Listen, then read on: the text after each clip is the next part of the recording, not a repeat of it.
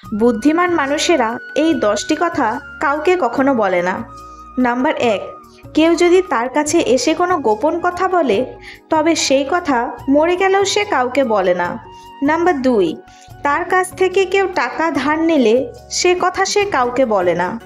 Number 3, কাউকে খাওয়ালে সেই কথা কাউকে বলে না। নাম্বার 4, কোনো কাজ শেষ না হওয়া পর্যন্ত সেই কাজের কথা কাউকে বলে না। নাম্বার 5, নিজের পরিবারের অভাব অনটনের কথা। নাম্বার 6, নিজের অপমানের কথা।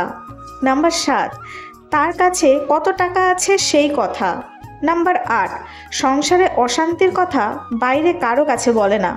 নাম্বার 9, কে কার সম্পর্কে সমালোচনা করছে সেই কথা কাউকে বলে না।